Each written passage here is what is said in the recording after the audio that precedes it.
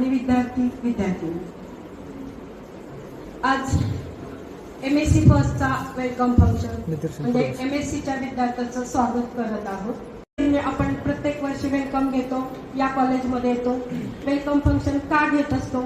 आपल्या नवीन आलेल्या विद्यार्थ्यांची एकमेकांची ओळख व्हावी आणि जे काही पूर्वीचे MSc फर्स्ट सेकंडचे आणि TYBSCचे विद्यार्थी त्यांच्याकडून जे काही त्यांच्या आयुष्यात कॉलेज लाईफमध्ये जे अनुभव आलेले आहेत ते ऐकायला मिळावे।